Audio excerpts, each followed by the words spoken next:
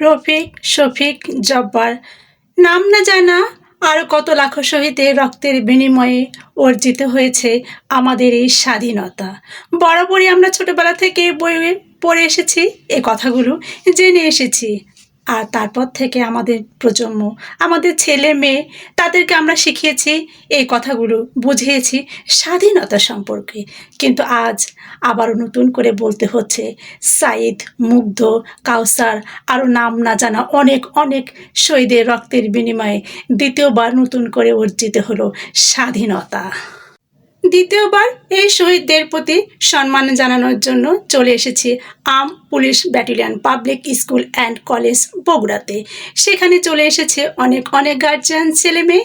শুধু তাই না, তারা যারা স্কুলে পড়ে শুধু তারা না, যারা চলে গেছে এখান থেকে পাশ করে, শিক্ষক শিক্ষিকা থেকে শুরু করে মনের টানে, আবেগে, ভালোবাসার টানে, নতুন করে স্বাধীনতা পাওয়ার টানে চলে এসেছে সকলে।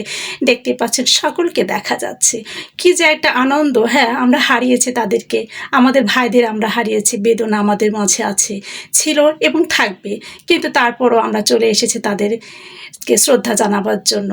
সকলে আমরা তাদেরকে শ্রদ্ধা জানাবার জন্য এখানে এসেছি এবং এখানে এসে খুব সুন্দর করে আমরা সেই স্মরণ করলাম তাদেরকে। প্রথমত তাদেরকে স্মরণ করে 1 মিনিট নীরবতা পালন করা হলো। শহীদদের সম্মানে তাদেরকে সালাম প্রদর্শন করা হলো। সব কিছু শেষ করে আমাদের প্রিয় জাতীয় সঙ্গীত আমার সোনার বাংলা আমি তোমায় ভালোবাসি সকলে একত্রিত হয়ে সুন্দর করে সেই জাতীয় সঙ্গীত আমরা সুন্দর করে গাইলাম। শুধু যে ছেলেমেয়েরা গাইলো তা না, একজন গার্জিয়ান এত আবেগ আপ্লুত হয়ে গেছেন যে উনি নিজেকে ধরে রাখতে পারছেন না।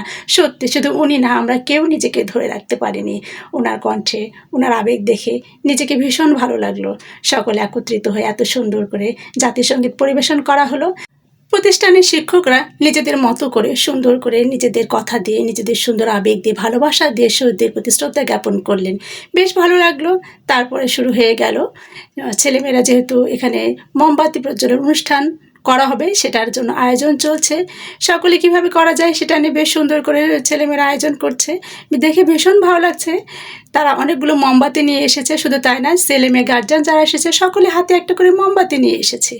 আর ছেলেরা শহীদ মিনারের উপর খুব সুন্দর করে মোমবাতি দিয়ে একটা বাংলাদেশের ম্যাপ আঁকিয়েছে, এত সুন্দর ছিল।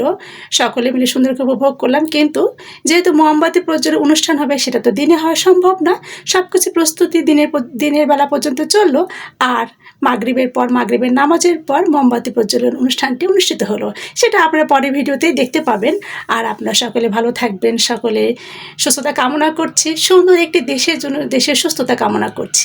আজ এখানে যে নতুন প্রজন্ম এসেছে, তোমাদের সকলকে বলি, স্বাধীনতা অর্জন করা যেমন কঠিন, স্বাধীনতা রক্ষা করাও ঠিক তেমনই কঠিন।